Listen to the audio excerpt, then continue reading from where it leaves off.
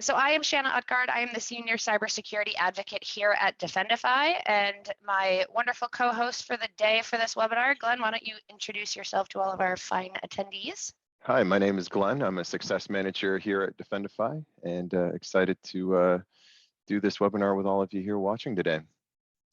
And I know it's a little crazy right now with people taking PTO and the holidays coming up. How many people have done their holiday shopping? If you're completely done, throw it in the chat. If you're like me and you haven't even started yet, then you know, I cheers you because I haven't done a single ounce of shopping yet. I'm your typical procrastinator, Shanna, so I'm in the same boat. I'm trying to plan out when I'm between moving into the new house and doing Christmas shopping when it's all going to happen, but well, you know, figure it out, I guess.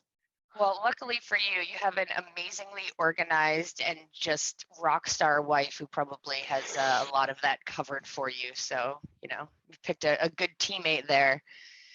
So we're going to be teammates on this fun webinar. We've also got Frosty in there who has joined us. So first topic we're going to talk about, I'm assuming if a lot of you are on this webinar, you probably know a thing or two about ransomware, but just for, you know, the SEO and everything else, we're going to define exactly what ransomware is.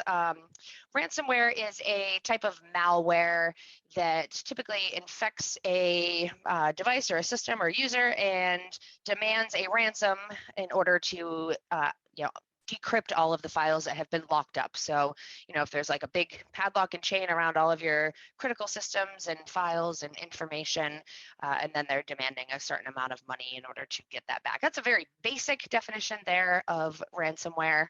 It's been around for a pretty long time, but some of the things that we've seen over the last year with changes in these malicious activities and, you know, the ransomware payloads that are being executed, normally, you know, up until about this last year or so, I'd say most prevalently, our backups and our IT teams kind of kept us in a pretty safe place when it came to ransomware. Most people had redundant backups, multiple locations, multiple formats, so that if there was a ransomware incident, we would just kind of roll back the tapes, and we may have lost a little bit of data, but we would just restore, you know, whatever that device or asset was that got encrypted, and be able to just rewind back to before that incident happened, lose a little bit of data, but just generally move on with our day.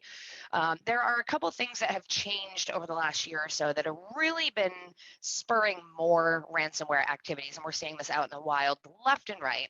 So one of the first big changes that we've seen in the last year or so is the ransomware with double extortion. And I think this is about the only name that I've seen for it. If you've heard of a different name for the double extortion, go ahead and throw that in the chat there. There's a data exfiltration component that occurs there. We've also seen record numbers of payouts from cyber insurance policies. The Defendify team talked about this at length last month, the whole cyber insurance perfect storm, if you want to call it. So there have been tons of payouts. The ransomware actors have been targeting organizations that they specifically think have cyber insurance policies in place to kind of, you know, increase the chances that they're going to get a payout. One of the other big changes that has occurred here in the ransomware game, so to speak, is ransomware as a service. So you no longer have to be a, you know, programmer that's able to write all of this malicious code, and you can go onto the dark web for as low as $50 and buy a ransomware as a service kit. It's kind of like multi-level marketing or franchise opportunities for malware creators. So now they're creating these kits, they have them for sale.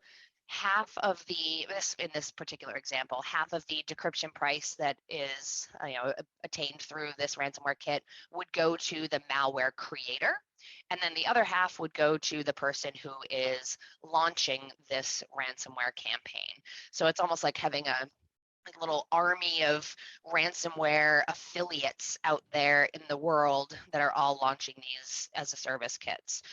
The crazy thing about it is you don't have to have that kind of technical expertise to launch these. They even provide, you know, support, and they've got, you know, call centers and chat functions. So if your ransomware kit just isn't performing like you would like it to, they'll give you some guidance and assistance on how to make that more effective and, you know, ransom a lot more companies. And then we had mentioned this whole double extortion thing. So let's take a look at what this actually looks like. So traditionally it was, I infect you, I demand a certain amount of money in cryptocurrency, and if you pay that, then I give you the key to unlock the files.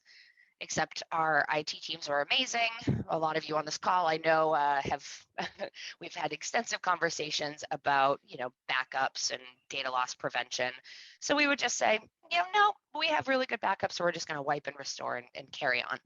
Obviously, the ransomware attackers didn't like that very much, that their attacks weren't that effective. So now with this double extortion side of things, they are lurking for a little while. They're exploring.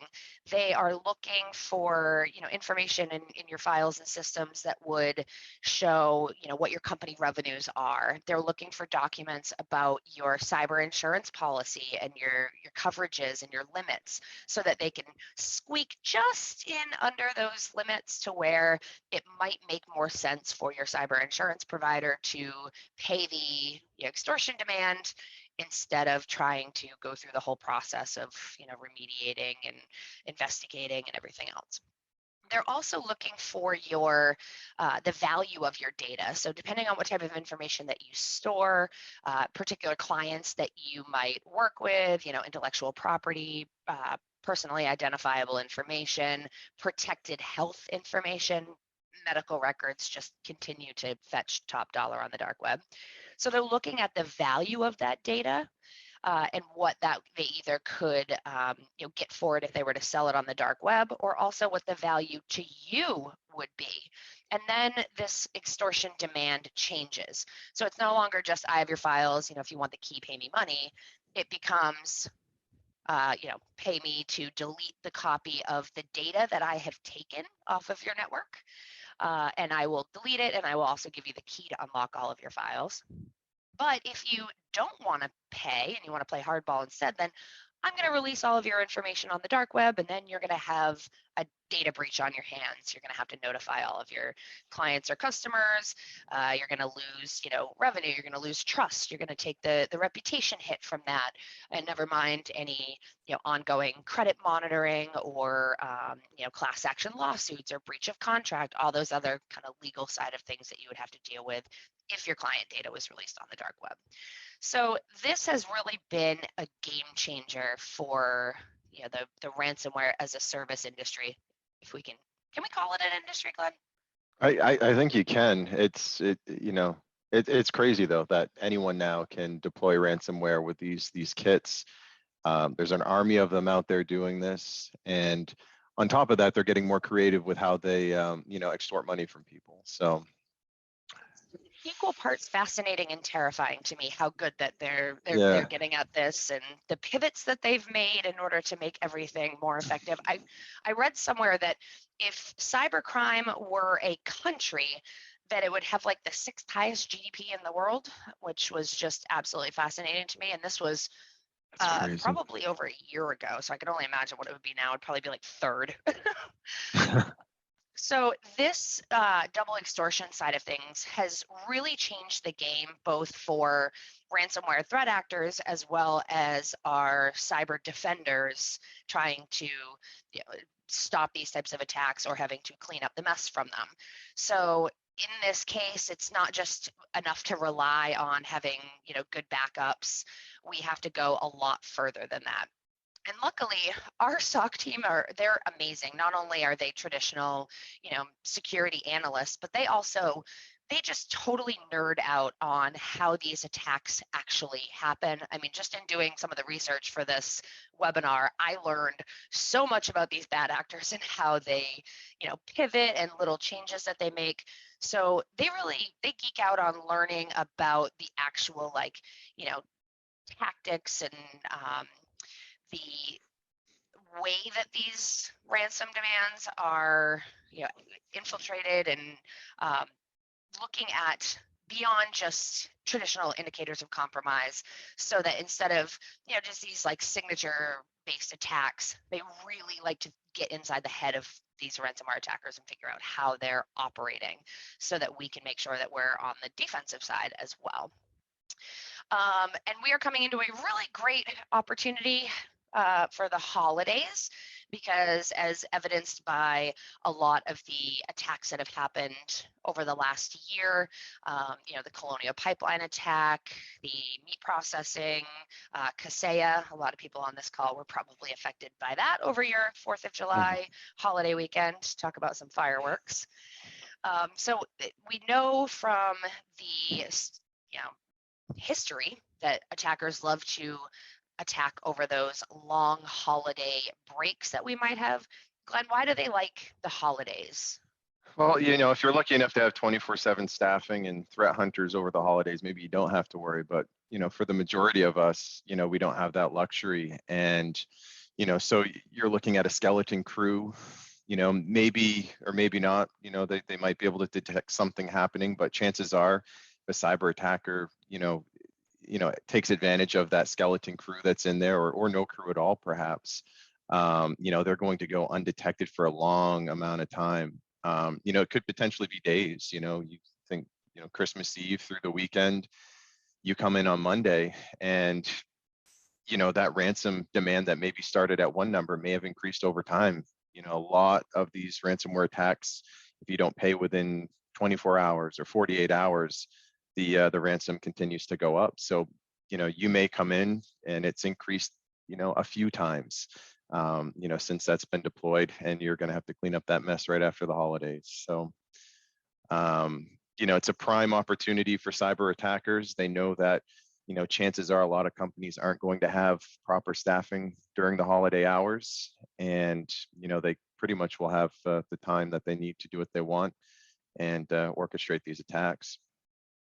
That's like it makes me think of the Bangladesh bank security incident that happened. I think that was back in 2016, I think. It was many years ago, which just goes to show you how long all these types of attacks are going on. But not only did the cyber attackers take advantage of the day and time difference between, the Singapore and they have a different weekend. It's like Friday and Saturday as opposed to our Saturday and Sunday. Plus, they also had an Asian holiday that fell in that time as well. So between the date and time differences, the differences in the weekends, and the additional holiday, they were able to squeak a multi-million-dollar cyber heist. I forget how much that one was, but it was pretty couple million, I think. But again, always over the attacks. I think the target attack also occurred around Thanksgiving. So this is definitely a pattern of behavior. The longer they have to get in, poke around, look at things without being detected by our little skeleton crews that we might have in our security operations centers, and just that ticking demand that goes up. So looking at, this is just a quick overview of some of the components of Defendify's breach detection and response system. And this could kind of go for, obviously we're going to talk about Defendify here because we like to eat the food we cook, but any type of extended detection and response capability. The big thing to note here is the differentiator in XDR over just a regular endpoint detection and response, or even a managed detection and response service, is the ability to correlate data across all of those different circles on the bottom there. So looking at where all of your data lives, especially in today's workforce, if you're thinking about all of the different, devices and locations and people and data, and you've got, some things that might live on personal devices and dirty little home networks. And we really need to be able to connect the dots and see, where those weak signals are coming in from every technology in order to really be able to have full visibility and context and see early warning signs, understand if something is like a seemingly innocuous event or are part of a bigger, larger picture and an attack that is in progress.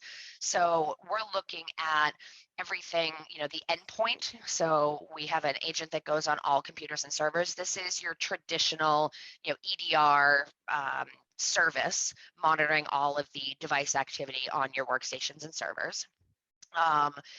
Your modern IT network, we have a virtual machine that will go on the network that is conducting ongoing regular vulnerability scanning, also ingesting all of the firewall IDS, IPS logs. So we're seeing all of that, traffic and being able to analyze that, as well as our cloud, infrastructure and applications that we're using. Obviously, a lot of people are in this distributed workforce, and through the holidays especially, we see a lot more people that are traveling. I know that a lot of people are actually venturing out to go see family, from all the out of office emails I've received over the last couple of weeks or so. We know that people are really busy, and those endpoints are even more mobile than they normally would be. So if they're connecting to, public Wi-Fi networks while people are traveling, or in airports, or in, coffee shops if they're taking a road trip, or, the family's dirty little home network. So those are very mobile endpoints, and we want to make sure that whether that endpoint leaves the network, we're still covered with that type of protection. And a lot of our systems are now cloud, so we want to make sure that there's a monitoring component there. So the general attack that we're going to go through in the rest of this presentation, it's not any specific ransomware strain. We pulled actually a couple of different types and how the attackers generally might move or pivot, and some of the general indicators of compromise in that ransomware attack. And we're going to look at how all of these different circles across the bottom and how that could be detected and prevented.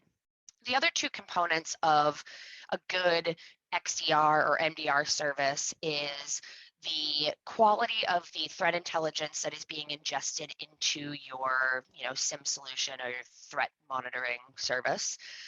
We make it a point to try to reduce the signal to noise ratio so that because you're not getting these alerts, but we try to minimize a lot of those false positives and just the noise that can come from one of those solutions, feeding a lot of data science. As I mentioned earlier, you talk to one of our security engineers or our threat hunters, and they just immediately go into the acronym land and just love thinking about the science behind all of these attacks, so that whether it's a PowerShell or a COBOL beacon, it doesn't matter what tool these attackers are using. We're just looking at the general overall structure. A lot of the buzzwords, machine learning, artificial intelligence going into that side. So ingesting all of the logs and all of the data and correlating it all from those 4 different circles on the bottom into our technology solution. And then on the other side of that, where many solutions will just bombard you with a ton of alerts and just add to your backlog, that's probably the last thing you need. Our team of experts are actually looking into and investigating all of those alerts to get that full picture and to take a look at anything that might be deemed suspicious. And going through all of those alerts and notifications, correlating all of the data, investigating anything that might be considered malicious activity, and then stopping that process, doing an actual investigation containing a security incident or a breach, and then notifying you of the types of steps that are taken. And no staffing issues during the holidays, so we'll be rocking and rolling through that whole time. So taking a look here at a ransomware attack. So as you probably know, there's a lot of reconnaissance that goes in. This is not just the modern day Nigerian prince emails where they're just blasting out a lot of these emails hoping that somebody will interact with them.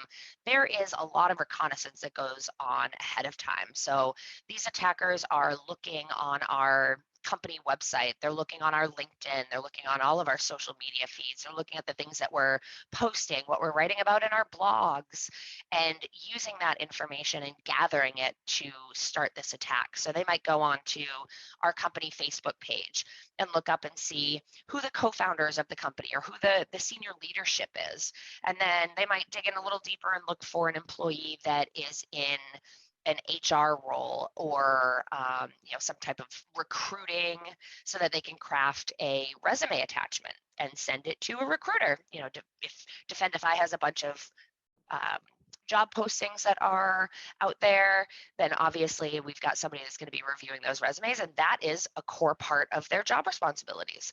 So if they're not opening those emails with resume attachments, they wouldn't be doing their job.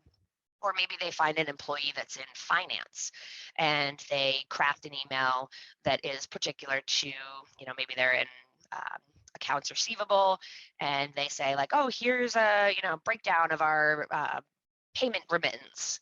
Then obviously somebody's gonna be like, oh, we're getting a payment, we're getting money in, I'm gonna open this attachment, see what it is. They're also running a lot of scans, especially over the last week, running these vulnerability scans against our network, leveraging Shodan is a great example, Nmap, just looking for any potential vulnerabilities that they could exploit. So one of the first types of malicious activity that we'll chat about as far as a just general ransomware attack, let's say our ransomware threat actors decide to launch a spear phishing attack against one of our employees that contains a malicious email attachment. And within that malicious email attachment, if they are to open that Excel doc and enable macros, then there will be some malicious code that will run, and maybe in this case we download TrickBot or Emotet. So some of the things that we can do to protect on that side of things is to look for any type of malicious device or application activity. We've got, as we mentioned in that other slide, continuous monitoring of email, cloud applications, and other endpoints.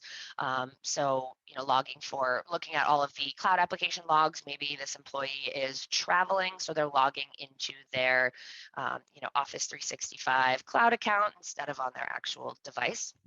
The other great thing that we can do to help protect that, because it's not just all technology, it is people, process, and technology for a reason. People should come first in that, because they are a good line of defense. Glenn, what do we do for user side of things? Well, I think, awareness training. So videos on a monthly basis that keep cybersecurity top of mind. We have our awareness training videos here that highlight some of the new tactics that cyber attackers are utilizing to, gain access to accounts or email, and orchestrate their attacks. So I think that's a big part of, keeping your employees trained, is letting them know what the risks are and how they're doing it. The second is phishing simulations. I think this is a no-brainer. Everyone should be doing these. Again, it's keeping you vigilant. It's keeping things top of mind. So those phishing simulations are coming in every month. You're on the lookout for them. You don't want to be the one that clicks on the phishing simulation link. And it teaches you how to spot these things.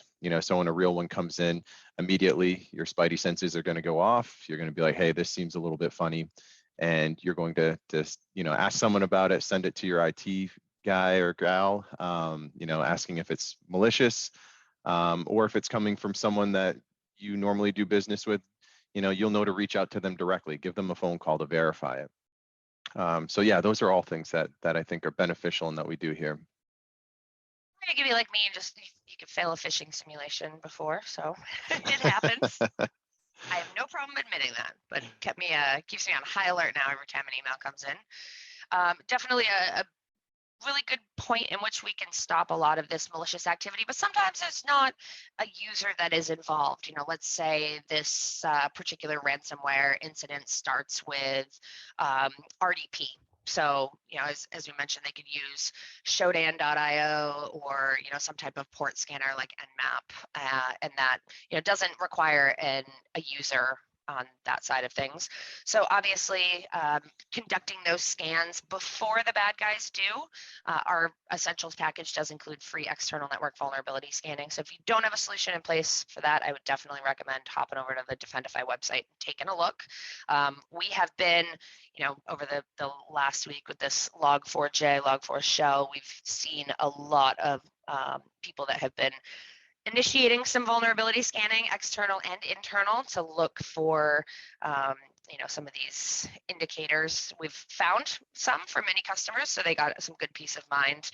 And if you have not updated to 16, I don't know if you saw on there, but 15 is no longer sufficient. There's, I guess, a third vulnerability that is being exploited in this chain. So new update, make sure you check on that. So vulnerability scanning also is another component that we could use in this initial access side of things. But in our example here, we did stick with a spear phishing attack with that malicious attachment. So let's say that user does click on the link, and I saw a crazy phishing email that somebody had forwarded us. And when you look in the document itself, instead of it's meant to appear like a preview, but it literally gives step-by-step instructions on how to click enable content so that attack is successful. And sometimes it also appears in the body of the email as well. So they're really giving your users extra guidance on how to make sure that that attack is successful. I wonder if they learned that from their their um, ransomware as a service provider. Maybe their support channel gave them that tip. So once they get that initial access side of things, we move on to the execution of the actual attack. So in our fake scenario here, we enable those macros, and then a WMI Windows Management Instrumentation instance is leveraged, looking for the opportunity for some lateral movement there, and also discovery. And we've seen some very interesting things like general automated tasks. So instead of, just using PowerShell that's directly spawned by Office, we see these attackers that are like launching that malicious PowerShell command, but using that, setting a WMI event in order to do that. So that way it avoids the detection if you are set up to monitor like PowerShell activity, especially like if it's, from Office. So we talked to a lot of people that are like, well, I'm going to defend against PowerShell by disabling it. Well, okay, I mean, it's definitely an option, but what happens when the attackers just are using, they switch over to Cobalt Strike instead? So our team loves to look at, no matter how that attacker changes, the individual ingredients of the attack, we still want to be able to find it and kill it along the way. We want to be able to stop or block any of those suspicious processes. And then, once they are able to get that initial kind of execution there, then they're trying to gain either remote access, any type of persistence, and then they move on to some other post-exploitation tools. They set up their communication with their command and control server, and then, generally start in on some of those new malicious payloads. So the endpoint side of things, always on the lookout for all of these different types of malicious processes that could be happening. So we're going to stop or block anything that looks suspicious. We're going to be looking for that type of communication with any malicious domains or domains that could potentially be malicious. They were just set up. They're, from a geolocation that is not anywhere that we normally do business with. If we're looking for any type of like shell scripts that are being used for any download or execution of those files, we're able to quarantine or kill those endpoints that are exhibiting those behavioral indicators of something suspicious that's going on. Seen a lot of things recently, a lot of crypto miners, shells, persistent backdoors, and then a lot of those payloads like PowerShell or Cobalt Strike being used.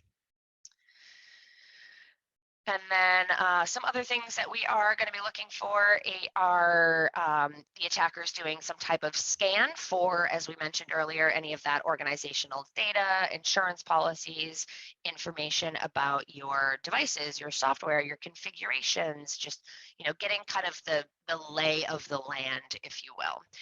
We're going to look for all of that type of network activity to detect the unusual behavior or those, communications with the suspicious areas that we don't generally do business with.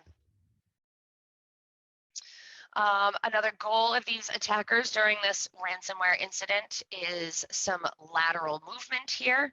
So we're looking to move deeper into the network in search of those valuable assets, and being able to see what else we're going to be able to get our hands on. A lot of the times we're watching these attackers explore and map the network, users, devices, and then that way they can understand, our naming conventions or network hierarchies or segmentation. They can identify any types of operating systems if there are any vulnerabilities.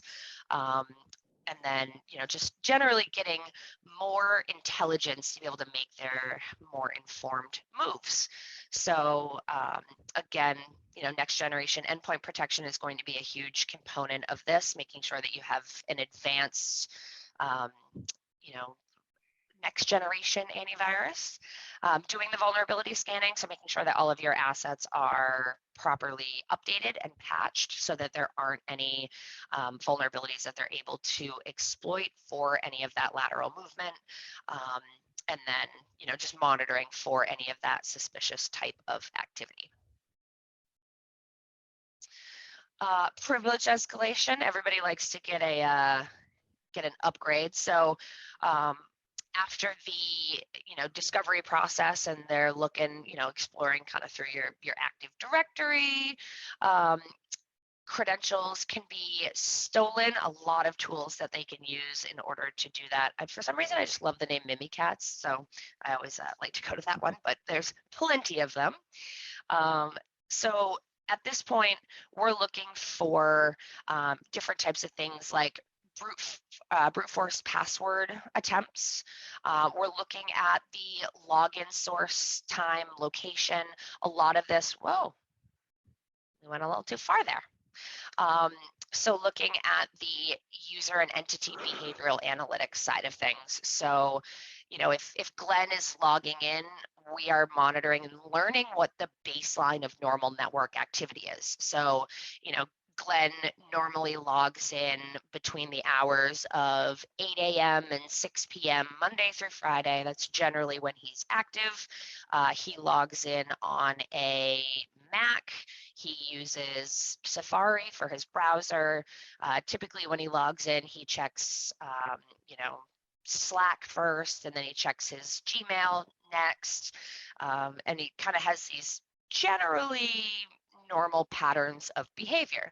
So if we see different login sources or times or locations, if we see, I love the time travel exception. So if Glen logs in from Maine, and then there's 20 minutes later a login attempt from insert any European country here, we know that Glen cannot get from Maine to Europe in 25 minutes. So the time travel exceptions are a really great one. Obviously, suspicious geolocations are another component that we're always looking at. Any attempt for password resets, a lot of Active Directory monitoring. So if new users are being set up or there's any type of privilege escalation that's being detected, failed login attempts, anything that is that's not normal. So obviously these attackers are looking to gain that privileged access. And then the other component of that as well is to monitor for compromised credentials. So ongoing, password dumps. I know a lot of people still use the same passwords across multiple accounts, even people that are in tech roles. So we do a lot of onboarding. Glenn, have you ever seen somebody that, they're going to set up their login to Defendify for the first time, and they're typing in their sunshine 123 exclamation point recycled password? Oh, absolutely. Or some variation of it, I'll put an exclamation point at the end of this one. They'll never guess that. Yeah. Or, some number variation, maybe instead of 19, they put 20 at the end. So yeah, see it all the time. And especially at the employee level as well. When we get those stolen password scans in for the first time, it's always interesting to see what we find. A lot of the same passwords. I know, because I used to do that before I worked for a cybersecurity company. So now Me too. I'm always talking to people about digital detox, go in and set up a password manager and change all of your passwords. Make that your 2022 goal, personally, professionally. And if your organization does not have any kind of, password management solution or single sign-on technology in place, and you want a little bit of help convincing the powers that be that this is a worthy investment and can help, avoid a lot of potential compromises, we have a dark web scanning tool on our website. So if you want to see a preview, if you want to, show them that this is a very real thing, that usernames and passwords are compromised all the time, emails and passwords, and get a little bit of dark web exposure preview, then you can go there. I'll dump the website down here. Defendify.com/scan, and then you can show any of your non-technical senior leadership that your passwords are out there. All right, another goal, especially we talked about the change in the double extortion and the ransomware pivots that they've made over the last year or so. So a lot of the times, we're seeing this suspicious activity, calls back to the CNC server with large data transfers and large files that are going back and forth. So whether they are copying your files off of the network or even, some of your cloud applications, if that's how you are storing your sensitive data, we are looking for all of those different types of suspicious activities. So some of the ways that we can help protect are to look for the unusual server communications, large uploads or downloads from any of your file sharing systems, high volumes of data that are being transferred. So again, really looking for that, what is the baseline of normal network and user activity, and then anything outside of that, treating that as suspicious. So if there is, data exfiltration that's going on, maybe it's an insider threat, maybe it's something that was, supposed to happen, or maybe it's, a external threat actor. So those large file transfers, any resource deletion or modification, any sensitive or abnormal file access. So, we have our common patterns of behavior. So if, Shanna normally is accessing files in your, the marketing or the sales folder, and all of a sudden I'm trying to access something in finance, then that would be, some sensitive or suspicious file access. Any of the key indicators of any type of data exfiltration, the sending of the large volume of data that's being transferred. Obviously, pulling in your firewall logs, we're going to look at that. If it's going to known bad geolocations, known bad IP addresses, then we're looking for all of that, both on the network level, the endpoint level, and possibly even cloud if that's where your storage lies as well. And of course, we want to avoid being detected for as long as possible. So the attackers have also been known to tamper with or shut off antivirus solutions, encrypt or mess with your backups or other types of security services that you might have.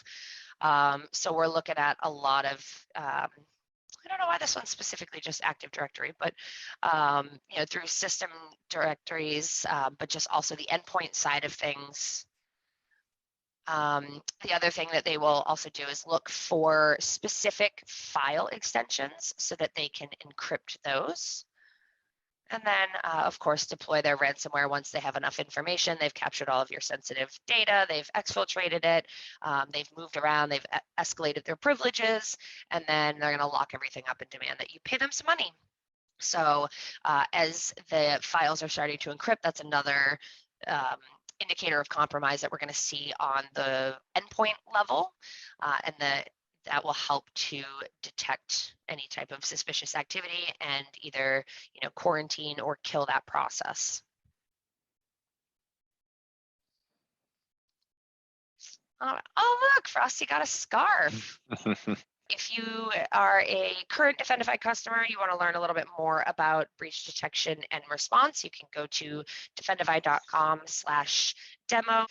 So if you have that impending sense of doom, especially with all of the JavaScript logging conversations that we've inevitably been having over the last week or so, we didn't want to be the vendor that just talked about this all week, so we wanted to stick with our original topic of an overall ransomware attack and ways in which that could be thwarted with all of the different monitoring and telemetry available in breach detection and response, whether it's our solution that you're using for that, or if you have an MSSP or an outsourced technology provider, or you're trying to do that in-house, it's prime time for the attackers.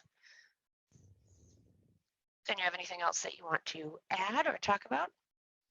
Yeah, I think, on the success side, in regards to breach detection, one of the things that I like to talk about is just the amount of preventative measures that go into this solution as well.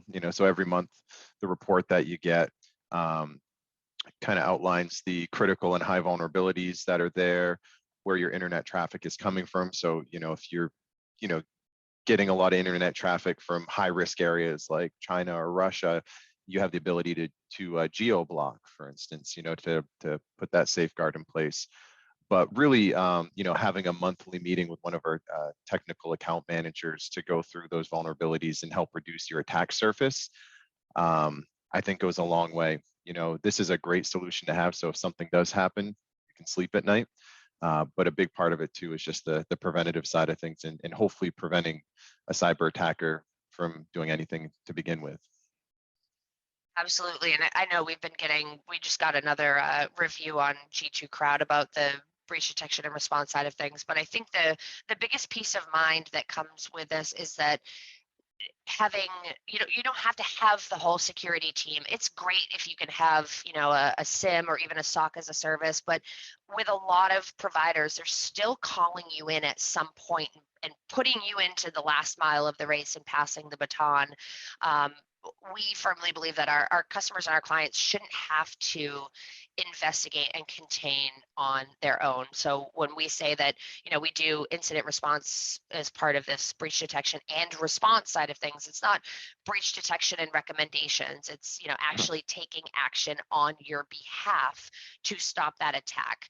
I saw somebody was talking to me about a statistic of, we can, contain within X number of minutes. And I was like, well, we can go through this entire ransomware process that we just talked about in this. I know we did a generic version, but that entire execution path can happen over the course of 20 minutes, and you could be dealing with an even bigger mess. So, if you're snuggling with your sweetie at 2 o'clock in the morning on a Sunday and, visions of sugar plums dance in your head, we don't want to be giving you an alert at that time and saying like, hey, the suspicious activity is detected. Hey, Glen, you have a burglar in your backyard right now. You should probably lock your doors and windows, call the police, hide your family, hide your kids, hide your wife. That doesn't do anything good. We want to tackle that bad guy, put him in cuffs, and then tell you, hey, Glen, by the way, while you were, snoozing away and the mice were having a visit from Santa, we had this suspicious activity occur. These are the steps that we took. This is where it stands now. Here's a recommendation for you for down the road, so this type of thing doesn't happen again, so that you're continuously improving, your cyber posture, but also, incident response means actually responding to the incident, not just recommendations. It means actually being able to stop those malicious processes and those indicators of a compromise while they're happening, instead of just an alert later. So that is it for us. I will say until next time, stay safe out there and happy holidays. Happy holidays. See you, everyone. Bye.